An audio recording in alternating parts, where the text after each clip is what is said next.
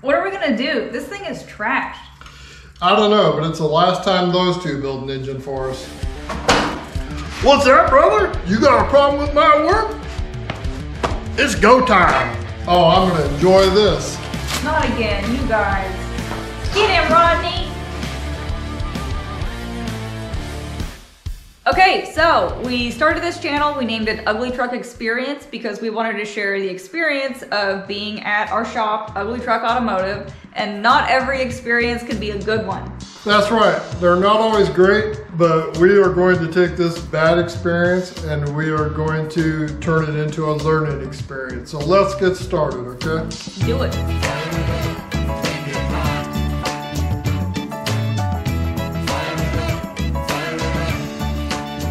All right, well, we had an engine go bad on us, okay? We went on a little vacation, came back, we were supposed to deliver this truck. We had been putting a few miles on it for a month or so, making sure everything was okay. Up to that point, everything was okay, but I brought it around right after we got back, and a lifter started ticking on it. So, I was hoping that that would go away. It did not, and then all of a sudden another lifter started ticking on it. So I knew there was a problem, pulled the head off of it, and found what would be called shot material from a parts washer in the actual hydraulic lifters, okay? The parts washer that they run these through, water, of course, hot water, and then it's got a mixture of very, very, very tiny little steel balls, okay? And as you can imagine, if you don't get that out of the engine, it can cause some big problems. Bearings do not like tiny little metal balls. No. So somehow or another, it didn't get cleaned out good enough, and that falls on me. Whoever put the engine together, they are to blame, so that one's gonna be on me. Very first time that's ever happened to me in 40 years. And I don't know what happened, but somehow or another, there was some of that material hiding somewhere in the oil galleys, okay? When I take these into the machine shop, they clean them for me, of course, and they do all my machine work to the block, and then they clean them.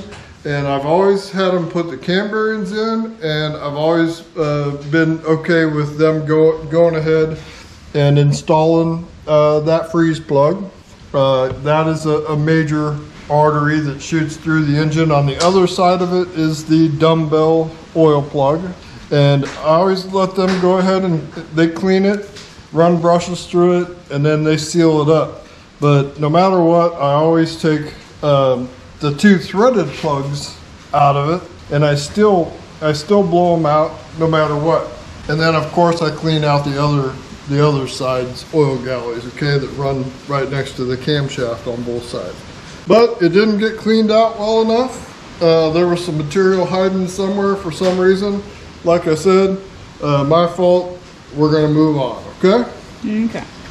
All right, so when something like that happens, my only choice, I go and I build another motor for it. That's what that is over there. We're gonna use that motor having to go into this pickup to go over a couple things that I haven't talked about in the past, and we're also gonna show you the air conditioning brackets again installed on that motor and the position that that motor mount has to be in, because we've been selling a few of them, and I just want people to know what they're getting, okay, if they do buy one, all right? Okay. So let's do that, all right? Let's do it. Let's get rid of this. Okay.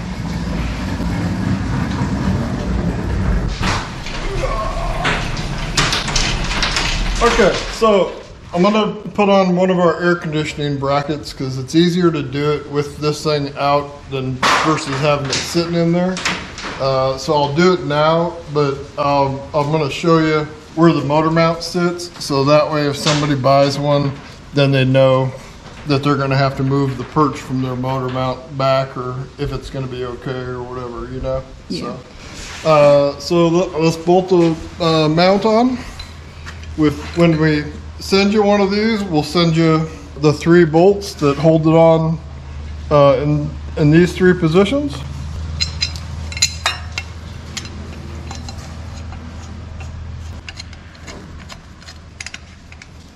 And I use these, what do you call those bolts?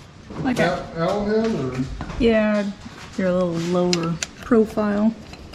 I think they look nice. Yeah.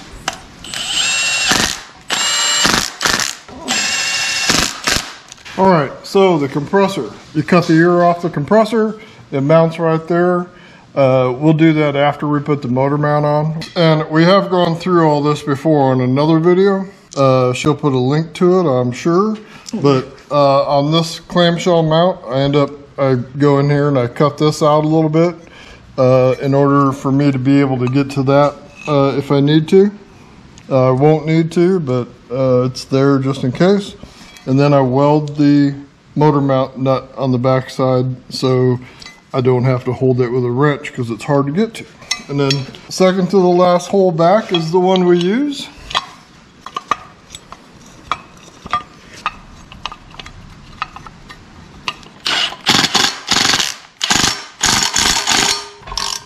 That impact is not very impacty. Mm-mm.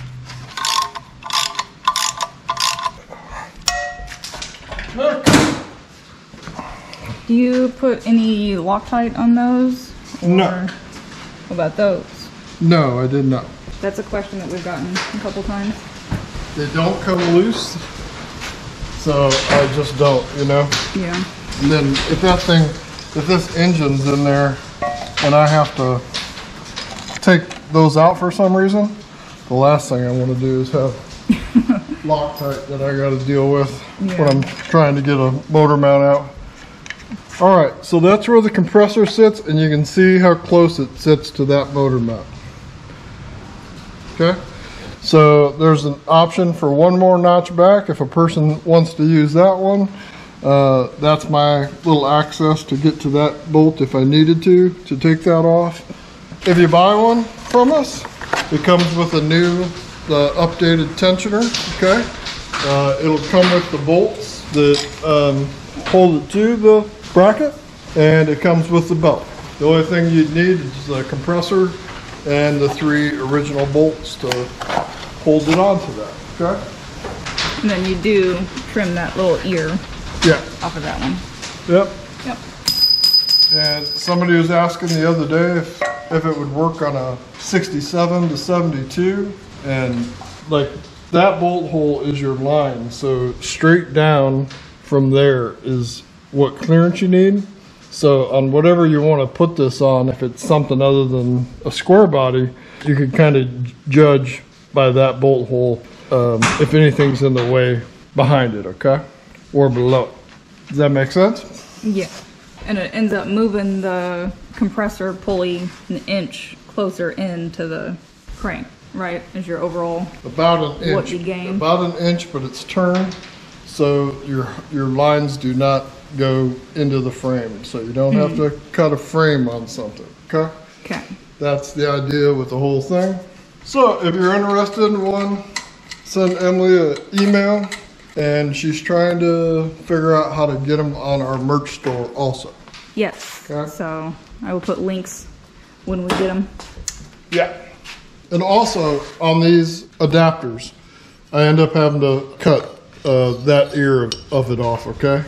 Where it fits onto that. And then over here on this side, because I reposition where the ground strap is, I notch it right there. I cut that out and then trim it off a little bit, okay? It doesn't bother anything in here. You don't have to trim that much off of it if you don't want to, but I do just because I like to move the ground, okay? Yeah, as long as you've got your 4 bolts to the engine and your 3 bolts to the... Exactly. Yeah. Oh, and I did find these. They're a little cheaper. Yeah. And she'll give you the number for them on Amazon. Yeah. They're cheaper than the name brand ones, and they're exactly the same. They just don't have the name brand etched into it. Yeah, you can etch whatever you want to on it. Yeah. So we'll put the Ugly Truck sticker on it. Yeah, sure. Okay. All right. There's some engine oil. Hey. I did prime the engine. That's why that's full. Okay. Okay. Something that we've never covered before is how I add an oil cooler to them if we want to, okay? The 6 liters that we've done in the past, they all get oil coolers. This truck didn't get one, doesn't really need one. It's getting a 34-inch radiator, the big ones out of the donors, okay? And this would be out of like a Chevy truck, but it has an oil cooler on it, okay? And this is the line that came from it. I think this came out of a 2002 Silverado with a 6-liter. And they would have this radiator in it, and this is its line set for it, okay? So instead of having to fabricate a whole bunch of stuff, I'm able to use everything from the donor vehicle, okay? Yeah. So we're gonna stick with just parts that we can go and buy off the shelf. So in order to make this thing work, it fits a little close right here, okay? So I have to cut just a little bit out of the clamshell motor mount, and it ends up going onto the same spot. I'll bolt it in. Same, second to the last hole back. Yeah. Okay. All right, so then after notching that out a little bit, and then that's also why I moved my ground over there a ways, because it gets pretty tight in there. So my new ground's right there. There's plenty of room behind the power steering pump to get to that, because we use the stock, the donor wiring harness. Fits in the exact same 8mm bolt. So there you have it. This thing goes right to that radiator, and you don't have to adapt anything, okay? If you were doing a different radiator or something like that, worst case scenario, maybe you'd have to either shorten your lines up or do some different lines, whatever, okay? But that's a really easy, cheaper way to do a oil cooler line on one of them. Yeah, yeah, especially if you have the whole donor like we talk about. Yeah. Use the parts you got. That's right. Having an oil cooler is pretty cool. It is cool. Get it? All right, so a company sent us out another torque wrench, okay? Which I love it. I love receiving new tools. Oh yeah. I've got quite a collection of torque wrenches going on right now. But this thing is digital, okay? And I mean, what are they going to think of next? I don't know. Huh? Flying cars. Sliced bread. No way. So, but it's got a really big range on it. Mm-hmm. It's set right now at 106 inch-pounds for a fairly nice sized torque wrench. I mean, 106 inch-pounds is pretty low. You know? It's pretty. Yeah, but it's got a tone, and then it vibrates when it hits the torque. Okay, so see what it does here. 106 inch-pounds on this. There's the tone, and then the vibration. Okay? Tone, vibrate. Pretty cool. Pretty sweet. Okay? That way you can't over torque something, basically. Yeah. You know? Yeah, and it's awesome. It's got all kinds of presets in it. You can set it up like every torque spec on an LS engine, and just flip through them and find the one you need. Yep. Instead of having to go through. Set it every time, yeah. Yeah, reset it. No, it's pretty cool. Yeah. So far, I like it. Yeah. And it's accurate. I always check. It is accurate. So it's a winner so far. Yes. All right. So thank you, AnPuds. Yeah. Well, there'll be a link to it on Amazon, right? Yep. Okay. So while we are talking about coolers, the transmission cooler. Okay. This truck, I did put a cooler on it. This is off of a 2005 Suburban, the donor. So they work nicely. I just have to make a couple new lines that go to it, and they work great for them. And so you just use the. Do you make new steel lines, or you? Yeah. I make two new steel lines. Those are the out of a 2004 Suburban. Those are the steel lines. I just chop them here. Okay. Oh, I see. Yep. On the 6 liters though, with the 4L80s, we're gonna bend up some new lines for it. So that'll be in an upcoming one. I highly recommend doing that. This truck's going to Texas, so it probably needs a transmission cooler. It'll benefit from it. We didn't put one on Brian's pickup. Yeah, the red truck that left. But we put a giant all aluminum radiator in that truck. RockAuto sells a Liland Global one that is a direct replacement for that one. It's a really nice radiator and it's priced really nice. They're not a sponsor, but they could always give us a call if they liked. But, they're available. But that's what I use in place of that radiator. That's just our mock-up radiator.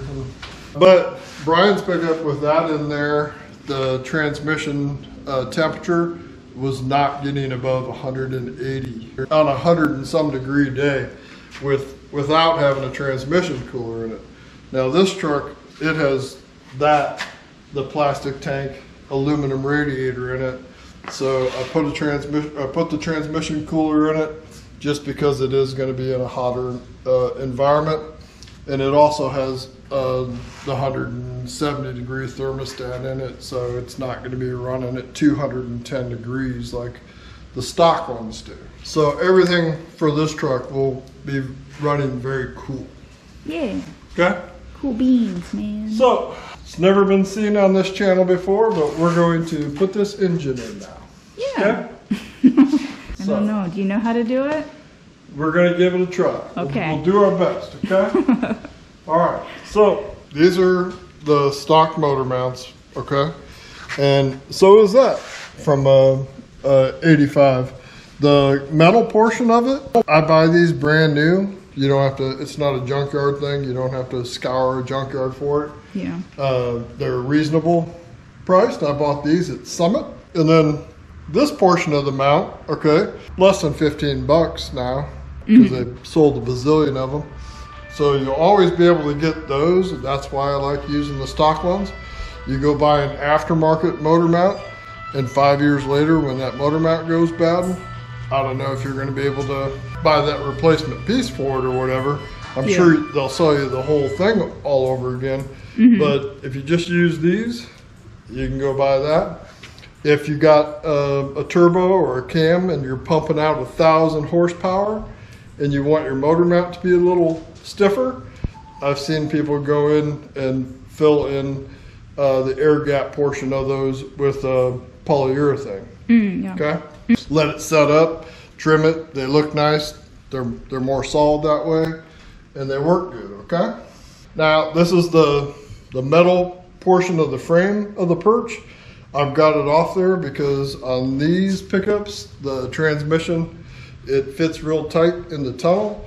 It doesn't come up enough really for this to slip over that and go into it. So for the first time that I set them in there, I just take this off. I drop them in like this, and then I end up drilling the holes where it sits because this steel perch is going to sit about 1.5 inches further back. So I'll just set it there for now.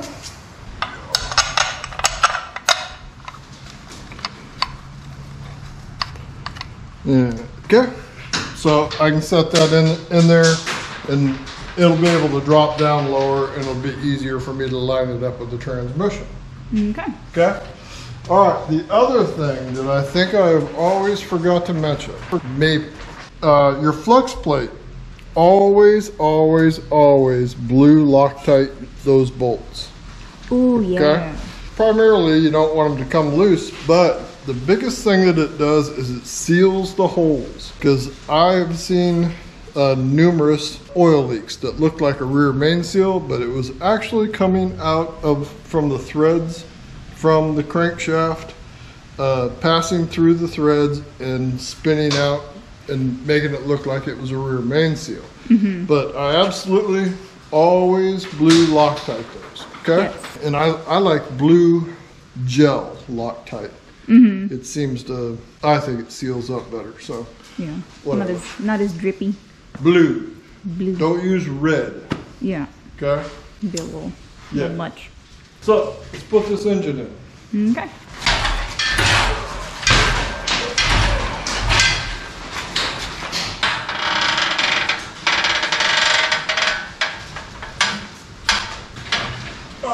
So you hit the button, raise it up a little bit for me. Hang on a second, I gotta raise the motor. Come on. Come on. One more. Right. Good job. Yay. No, I feel like I've done this before. It's deja vu, man. Not just in general, in this pickup. Man.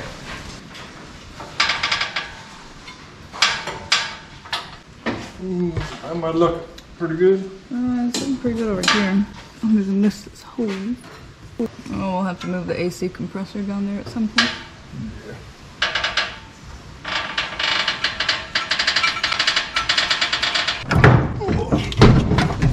There we go.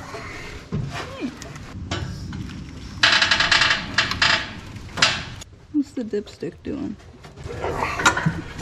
It's just sitting there. Dipstick. You're a dipstick. You're a dipstick.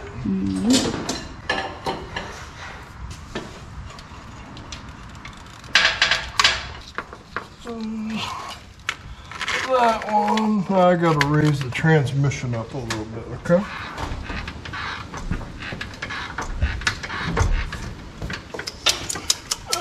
Change my angle just a little bit. So I gotta come down, right? Yeah, just a little. I don't know, this side almost looks like the dowel's right on. Really?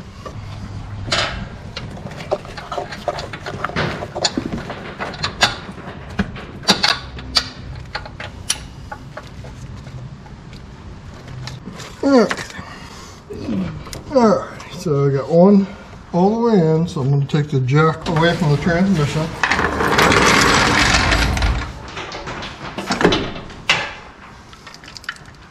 Okay, so my thing free. Yes. Jack.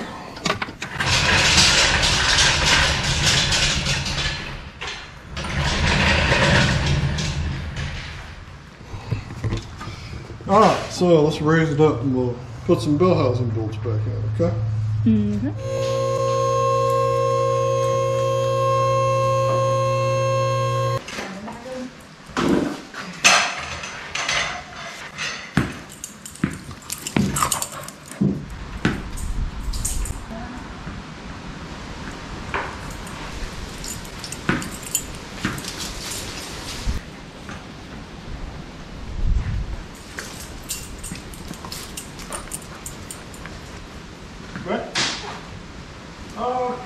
I've got two of my bolts holding the engine and transmission together, okay?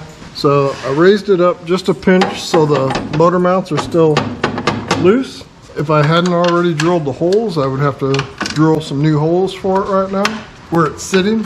But with the weight off the mounts right now, I'm gonna put the bolts through their holes, hopefully. At least that's the plan. Alright, one of those in. This is not the easiest part. A lot of fiddling. Fiddler. It's a good thing I'm a fiddler. It's be easier without transmission cooler lines there. But it's not an option. Right? Yeah. Okay, two of them on that side. Let's see if I can get the bottom one in. Good job, Ripley. Got that one.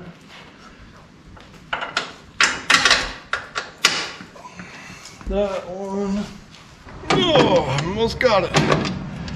Come on. Oh, there we go. We got it. So both of the perches have their 3 bolts in them. Not tight, but they've got the bolts in their place.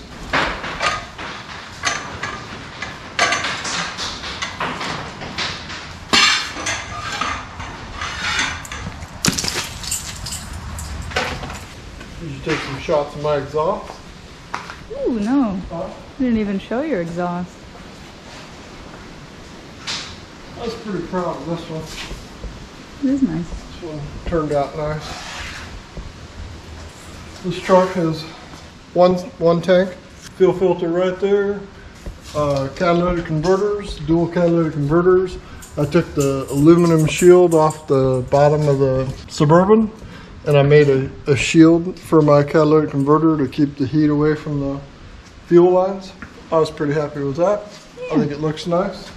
It does. Dynamax. We get questions on what mufflers we like to use. Those are usually pretty good. Yeah, Dynamax Super Turbos. Super Turbo. Okay, so a lot of this is stuff that we've shown you before, so we're going to time warp through a little bit of it. That's right. I got most everything done on the bottom of it. I got to put the exhaust manifolds on, and then I can tighten them up from the bottom, and then we'll be done underneath. Okay. So first thing to do before I put exhaust manifolds on is I'm going to take and put the air conditioning compressor in its spot. That'll be a little easier with the exhaust manifolds off, so that's what we'll start with, okay? Okay. We put the bracket on already, and I already put the tensioner on. It's easier doing it then too. So, see if we can get the compressor in here. Will it fit? It better fit. Yeah.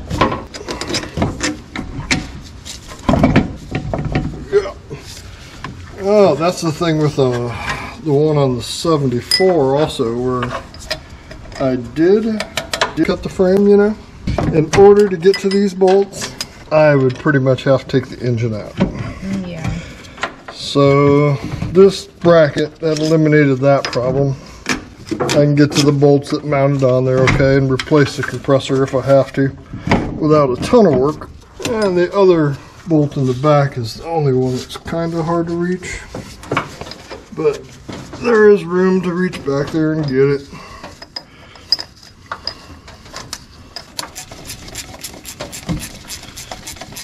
Oh, and it's also a ton easier when you're doing it for the first time and the lines aren't there. That helps big time, but it's doable either way. And then, but like this way, when the system's full of refrigerant, we're able to change the engine out without draining off the refrigerant.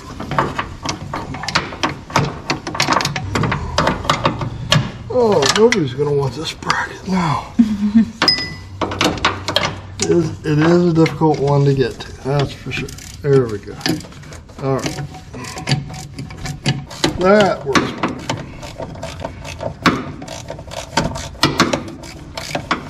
Not only is the frame not notched, there's room to run a ratchet, you know, through there. Yeah. It's definitely not the case if you use the original mounts from the donors. Yeah.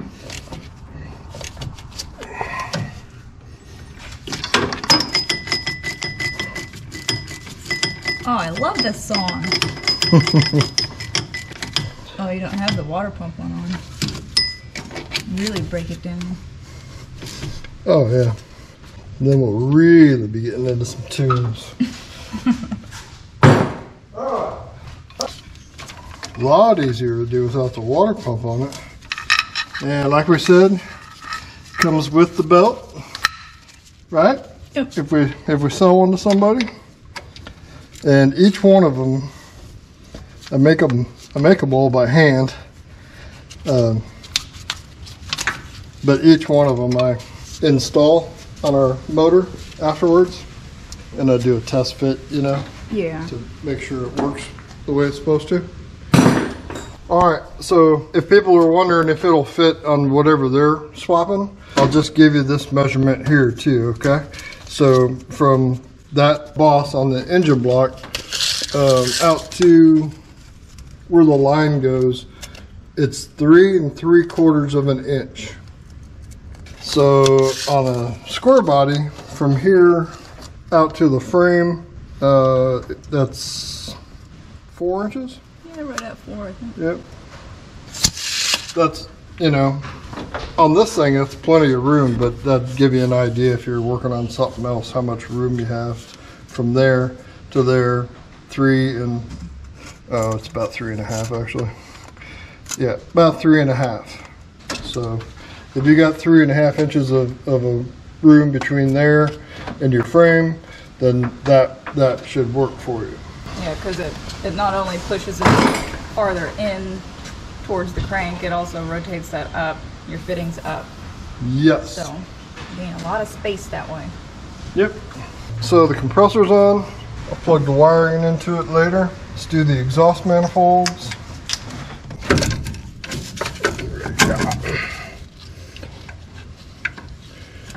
Get one started. Ooh, since we're swapping motors here, one question that I see people ask a lot is about reusing gaskets. Which ones? These and when? The steel ones here. These I'm putting brand new ones on, okay? Because this is somebody else's vehicle. Mm-hmm. If it was my own pickup and the ports had broken studs in them and they weren't blowing past the gasket, I would totally reuse them. Really? The steel ones. Like Felpro fiber gaskets, you're never going to be able to get those off. Yeah. The exhaust. Exhaust manifold, yeah. Oh, and then the only other gasket that we're going to reuse is going to be the intake manifold gasket. Yeah, because it was just there for a minute. Yeah, it's perfectly fine. Mm-hmm. But I could have reused the exhaust manifold gaskets on it because I did use the steel ones. I just won't on somebody else's truck. Yeah. You know? I don't mind if I have to do something twice on my own vehicles. We're used to that. Yeah, really. And that's the other thing too. Like, well, I'm thrilled when I put the exhaust manifolds on, and then it's just sitting on top of my pipes. So the pipes are not being. The pipe is sitting exactly where it needs to be. Mm-hmm. You know what I mean? Yeah, you don't unbolt it and it flops all over the place. Yeah, I can't get an engine clean enough, but I can bend up some exhaust tubing. I can hear the comments now.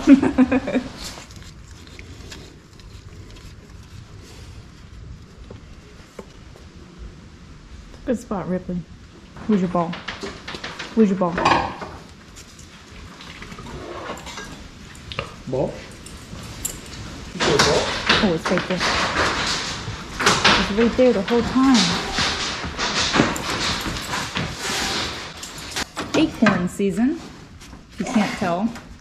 And it's 82 degrees today. It is. And it was 35 last week. Yeah. Yeah. We were complaining about missing the Mississippi weather, and now it's here. That's the one that's always broken. I should just leave it out. You can't break if it's not there. Yeah. 2 more to go. More to go, Ripley. I want to grab the torque wrench and get ready to set that baby up. Oh, they should make one that's like voice controls, so you don't have to do the buttons. I think Snap-on has one like that. Oh, really? It's $49,000. But you get a free hat. Good job helping. First pass, 9 foot-pounds? 9 foot-pounds.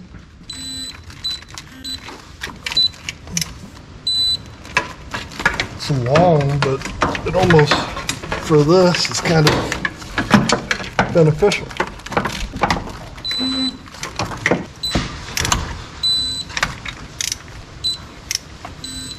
Okay. Right side.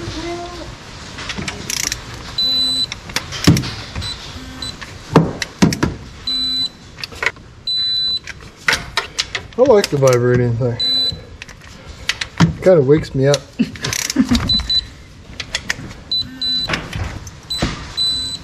So, now 18. 18.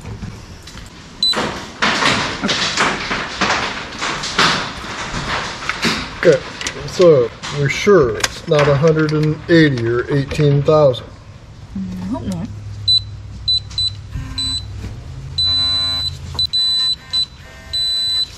Doesn't seem like much for an exhaust manifold bolt, but it's going into an aluminum head and it always holds it somehow. It holds it enough that the bolt breaks eventually. Yeah.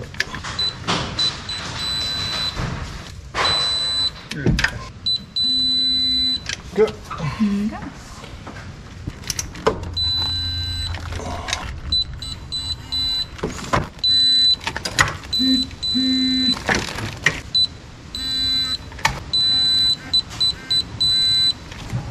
Good. Pretty fancy. Good. All right, so it's at 18. Yep. And what are our water pump bolts? 18 or the 20? 22. I'll go look it up. We'll look at those.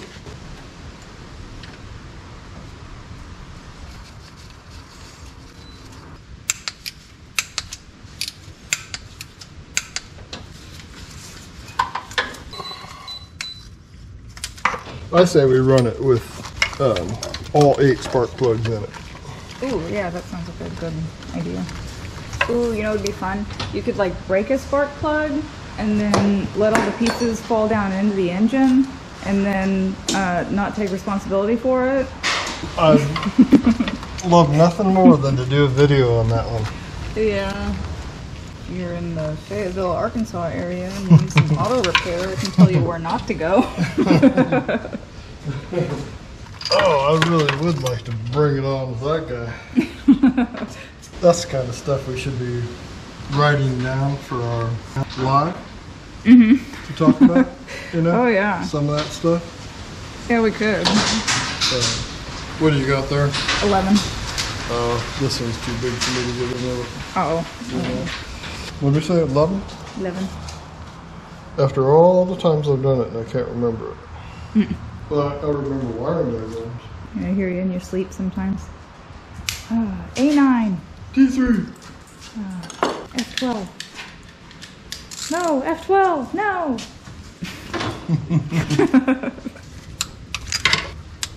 Yeah. Well, my Gen 4 engine's not working with this 2000 fuse box. What are the correct pins to make that work? I used a 2000 fuse box, 2009 harness with a 1994 4060E and And I'm trying to start it with a battery for my cell phone. I've heard you could do it. I've seen it done online. I read it in the forum. Okay. Alright, so this one just makes a little tiny click. So they do different things. You said doo-doo. Do. We loaned one of our tools to somebody one time, a torque wrench, and he didn't realize it just made a little click. He was waiting for something, and he twisted all the heads off the bolts. It was a brand new. Yeah, brand new engine. So they do different things. Got to be aware of that. Okay. Got to know your tools is what I always say. Know your tools, man. Know your tools. All right. So let's put the spark plug wires on it. Yeah, it's probably important. Since we can. And these are already got some dielectric grease on them. Well, okay, what's the firing order? Another great thing about LS engines. You're not going to mess up this firing order. I can't screw this one up. No. In fact, I don't even know what the firing order is. You know, because it doesn't matter. I've never had to memorize it. It's weird. I just read it the other day. How bored were you? Did you know? Fun fact, you guys. Okay. Even the coil packs, same from side to side, except for the where the harness goes through. But you can switch those around, it wouldn't matter. Well, not the wiring that goes to it. Okay, you can't switch that around. That's got to be correct from right to left. But. Yeah. You put your harness on upside down. Yeah. All right, spark plugs are in. Spark plug wires are in. The firing order is done correctly. I do have to do my firewall ground I still haven't done that. I'm gonna put a new nice ground right there, or sweet. below there. Okay? But it'll be a good one. It won't be one of those. Like a self-tapping thing. Yeah, but we'll make a good one, okay? Okay. Yeah, don't put it to that. That's not a ground. No. See, you've got it figured out. You know. I'm learning stuff. All right. Well, you know the firing order to LS. That's 2 steps ahead of me. So, let's do the intake, because we can, okay? And then I can get off of standing on this block. Yes. All right.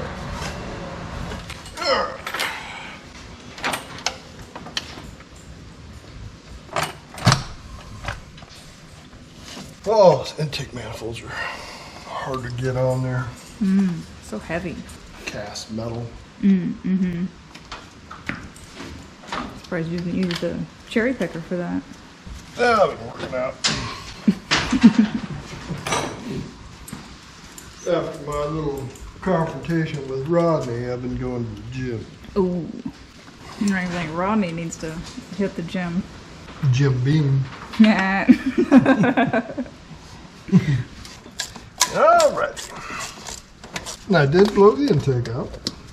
Yeah. Okay. When nobody was looking. I couldn't be helping you. Oh, why do that though? Why help when you can be a hindrance? That's what I always say.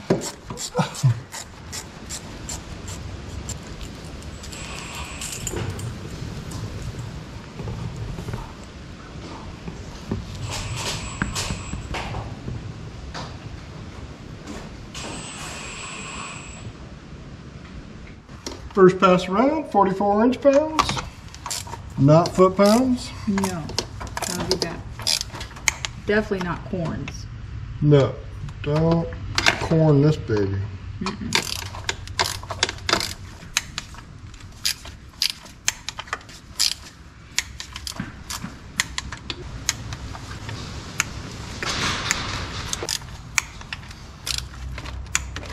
No, 89, right?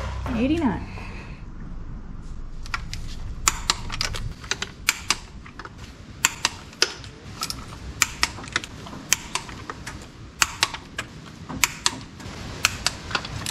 Ooh, here's a question for you. What do you think is the most common size on an LS engine? There's a lot of 10 millimeters, of course.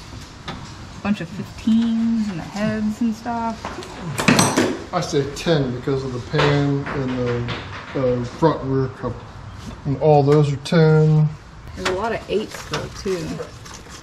All the, internally, like all the rocker. Yeah, They're all 8s. True, very true. We should count them sometime and give a report back. Somebody else will. We're gonna count on somebody else to do that. Alright, so I plug my fuel lines back in. Oh, you got a hose clamp? No, but I have seen that. Yeah. People do that. Not a great idea. I've done it with the pinch clamps, you know, the fitting. That has a 70. basically has a clamp on it, but it still has a quick disconnect. You know. Yeah.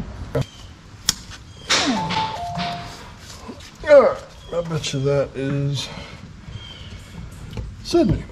If Ripley could text, it would just say ball. Ball, ball, ball. Alright, so I'm gonna go pick up my child, and you take and put everything back together. Yeah. Okay? Yeah. You can do it. You've seen me do it enough times, you should be able to do it in your sleep. I'm sure I can figure it out. Ripley. Or just play with Ripley while I'm gone.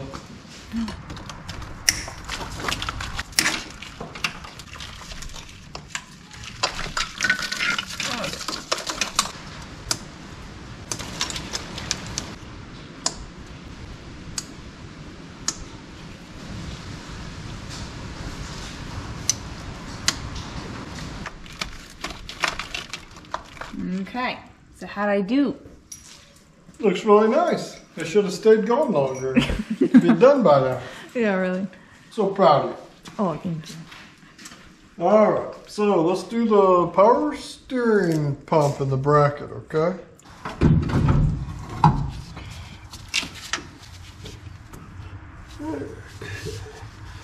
It gets messy. Yeah. I'm gonna start the nut before I... Yeah, well, you can wiggle both sides. Yeah. Just get it started, and then once I raise it up to do the exhaust manifolds, then I'll tighten it up from underneath.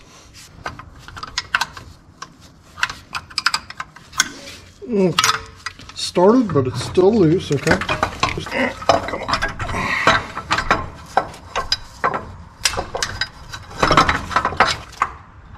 Oh, there we go. There we go.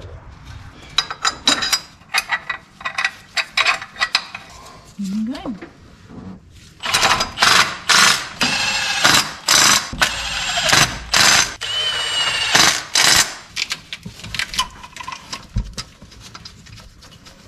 Can't forget that bolt. It doesn't do anything, but it's really difficult to get to, so. Make it fun for the next guy. Yeah. Is there a torque spec for those? Or? No. You could figure out a torque spec for it because it's, you know, whatever size bolt it is, whatever material it is. It's a waste of time. I put all the corns. Gives you an opportunity to use the corn method. Mm-hmm. Good. Okay.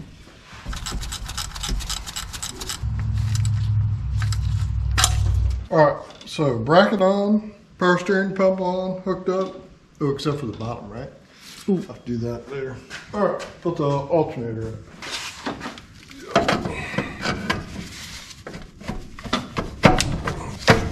Okay. Plug that in. Go.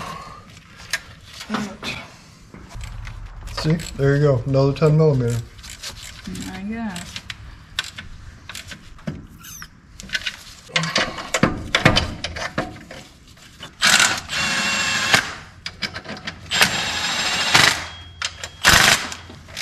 Difficult alternator to install. Mm-hmm. Water pump. Water pump.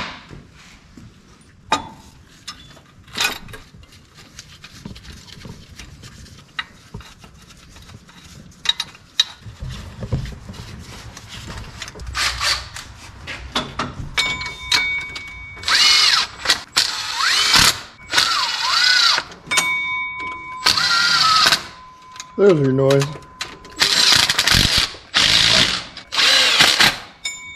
Ding.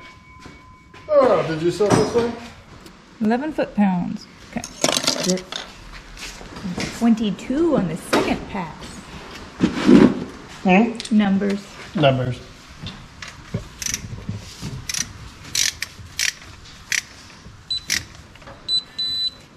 Good.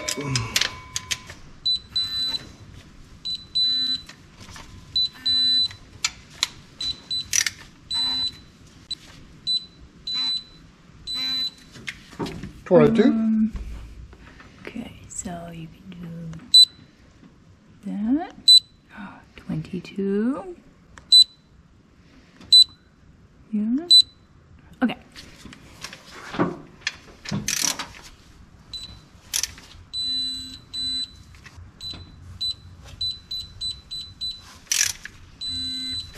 That's pretty sweet with the presets. I like that.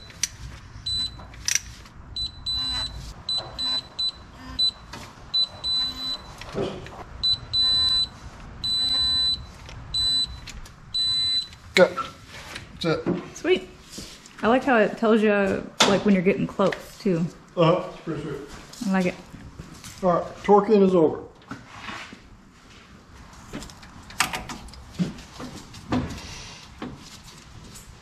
Oh man, you forgot to put a cam in it. Oh. You were gonna put that stage 9 12 lift dirty dingus. Nope. Yeah, if you haven't figured it out yet, we like stock stuff. Oh, I'm gonna go off on that real soon. Yes. So we said when we hit 50,000 subscribers, we were going to do a live, and we have not had time to do that yet. So we are planning a live Thanksgiving night. So make sure you follow us on social media, Facebook and Instagram. I'll put links in the description. I'll have all kinds of updates on that. You guys know we love giveaways, so we've got some cool stuff planned, and I hope you join us. That's right. It'll be fun. Yeah. Okay, back to work? Sure. All right. All right, so do you have a picture of how these go? Should have it tattooed on me somehow. I'm not go around there. Go on now. Stay at 15 millimeter. Should have grabbed it before I went to do that. Okay.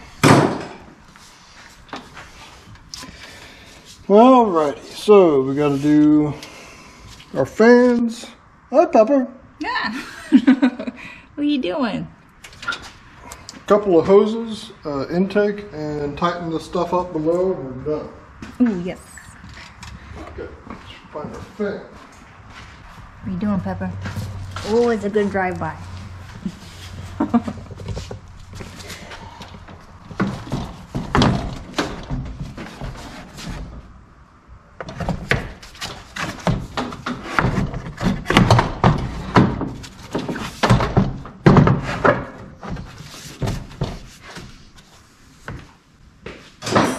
Almost like it was made to go there. Perfect fit. Thanks, General Motors. If you haven't seen the video, this is all out of a, what, like a 05-ish Suburban. That's right, 2005 Suburban. The fans, radiator, and the top support piece all bolts together nice. And it looks sweet.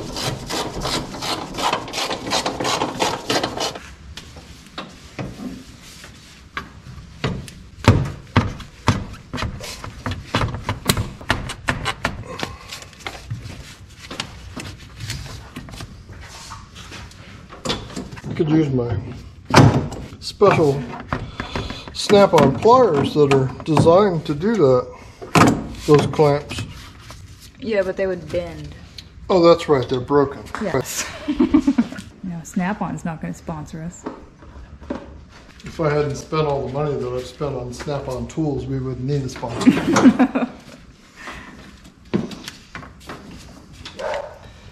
Oh, don't let me forget to put power steering fluid in it too. Ooh, yes. Okay. And you said you primed the oil. So it's got oil in it.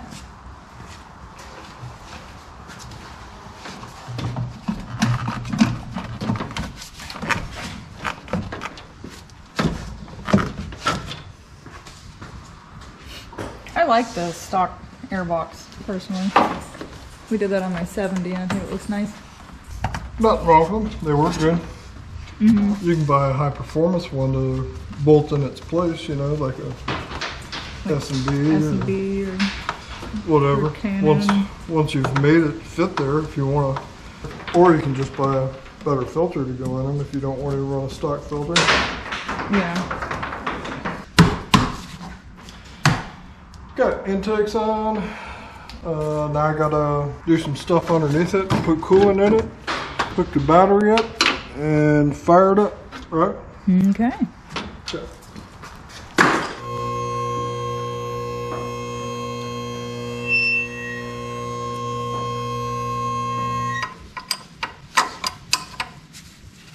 Yeah.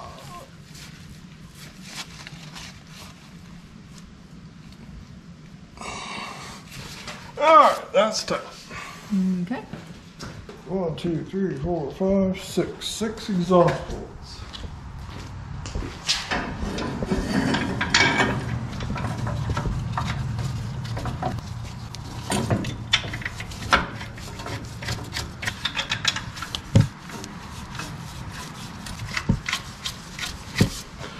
Why is it dark outside already? It's only 2 o'clock in the afternoon.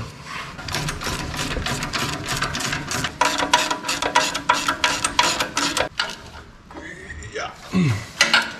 All the corns on those too? Yeah. Oh.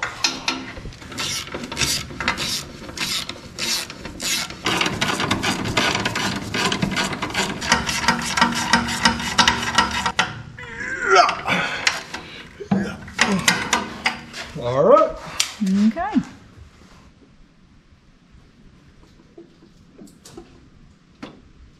So, you sure you got everything plugged in right? I think so. I noticed when I was back there, you'd already hooked up your ground. Yep, all the grounds are done. That one's easy to forget back there. Hooked my battery back up. Didn't spark or anything. Ooh, that's always nice. Yep. All right, here we go. Everything's ready to roll on it. I'm gonna cycle the key once and make sure I don't have fuel squirting out of at the rail anywhere. Should be fine. It was fine before, but we'll check. And then we'll fire it up. It's got oil in it. Had transmission fluid in it before. It's got power steering fluid in it. It's full of coolant now. Cooling fans are plugged in. It's all you can do, right? Yep. So. Cross your fingers. Right. And cheers. We'll cheers on this one no matter what. We can't break a tradition. Okay? Cheers. Cheers.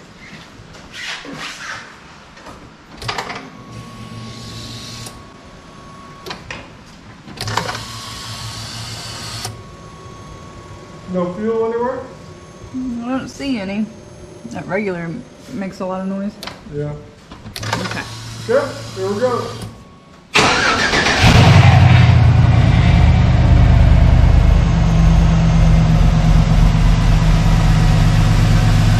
It already sounds better than the other one. Seriously.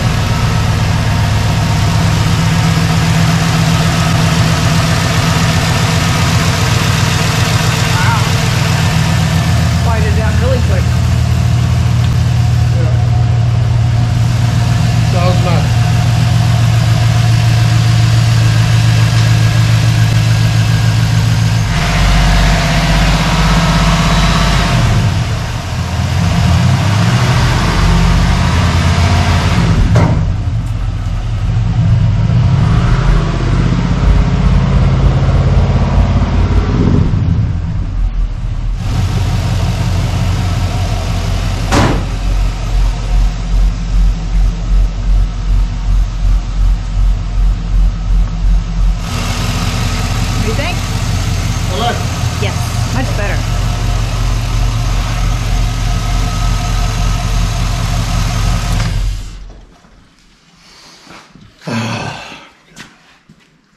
Sweet. Sigh of relief. Yeah, it's got 60 pounds of oil pressure sitting there running on startup. So, and it's nice and quiet. We'll burn some stuff out of it and off of it, and we'll take it for a drive tomorrow. I don't let them sit and idle forever. Don't like to do that. I'm going to take it out and break the piston rings in, okay? Yeah. Get them seated in good, and it'll be a nice, good motor. Yes. Okay? Nice job. High five. Bam. All right, so there you go. Not everything goes smoothly all the time, but that's how life goes sometimes, and you just gotta battle through it. That's right. I said in the beginning also that was the first one in 40 years. It wasn't the first one that I had failures on, but it was the first one that I'd ever had because it was filthy inside. I had numerous problems with numerous engines for different reasons, and if we didn't have that challenge, it wouldn't be any fun doing this stuff, and that's just the way things go sometimes when you're working on cars. Yep, and that's why we love it. Everyone's a little different, and we harped on some things in this video, all in the name of fun. But we do love stock swaps, especially if it is your first swap. Get that baby in there and get it going, make it run, put some miles on it, then yank it out and put your cam in and do your fun stuff, you know. But we hear from so many people that jump in head first in the deep end, and they end up kind of getting into a mess and get discouraged with it, and we really hate to hear that. So we made some jokes about cams and stuff, but that is our probably biggest advice that we could give, is to keep things stock and get your swap done and get it rolling and then have your fun. Yeah, and then fiddle with it. Yeah, fiddle with it later. Right. But once you have that swap set up in there, then, you know, just swapping the engine out, you know, just like we did here and just like we've shown on my 70, swapping it out later is not that big a deal. So yeah, or you could just put a bigger engine in it, throw a 6-liter in it, an LQ9 or something. Yeah. LS swap, what's kind of cool about them is you could take this engine right here and pull it out. It's the same dimensions and everything. Send the computer off, have it programmed for a LQ9 and drop an LQ9 in the exact same spot. You just added 100 and some horsepower, and that's a huge upgrade, you know. Yeah. That's kind of why I love LS motors so much. Yeah, there's so many parts on it that are interchangeable, and that's kind of what we did on the 70. Was we had a 4.8 because we got a super cheap dropout, got the swap done, then went to a 5.3 when I blew it up. So right. Yeah. And that's kind of some of the stuff that we want to talk to on an upcoming live. Yes. So make sure you're following us on social media, Facebook and Instagram. We got links everywhere. I'll keep you guys updated on that. But hit the like button and the subscribe button, please. We appreciate it. Yep, and we will catch you next time.